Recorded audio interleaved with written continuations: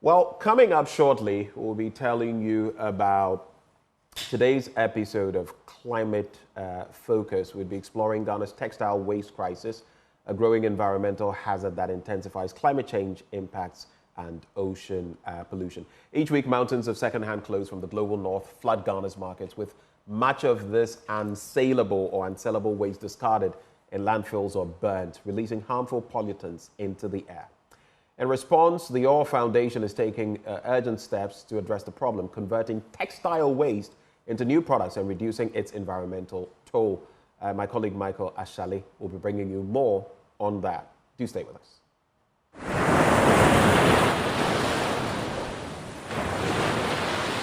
Waves no longer bring seashells to Ghana's shores. They now dredge up piles of discarded clothes left to rot on the beaches. Each week, around 15 million pieces of second-hand clothing, once worn in the global north, flood markets like Kantamanto, much of it unsellable, worn out, torn, stained or too fragile. Trash. It does trash. Nobody's buying this one. So something like this, we can't sell it. It's very bad. Nobody buys it. Agbogbloshie Market, a place infamous for its pollution, is where much of the unsellable clothing ends up. Clothes that can't be resold are tossed into illegal dump sites, forming literal hills of waste. The Oil Foundation is confronting this mounting problem head-on, a factory to breathe new life into unwanted waste clothing.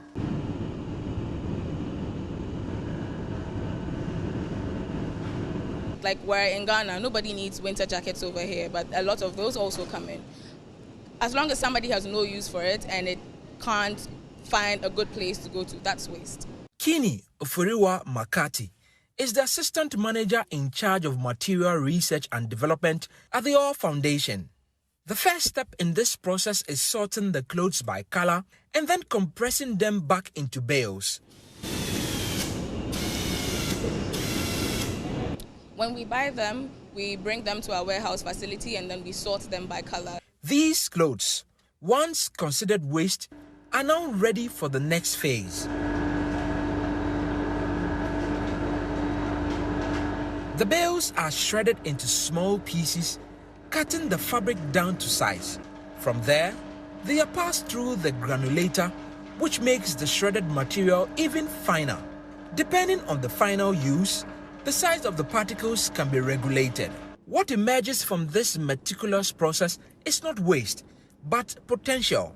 We're also working on products that we can make from the fiberboard. Behind me are speakers, both fully made speakers, which were the first speakers that we made, and then the speaker housing down here. We have hangers, there's room dividers, acoustic panels, because fiberboard has good acoustic properties, as well as many other things. And we're looking to see if we can commercialize some of these products soon. The Oil Foundation's mission doesn't stop at textiles. They are also exploring ways to restore the polluted Agbogbloshie Lagoon.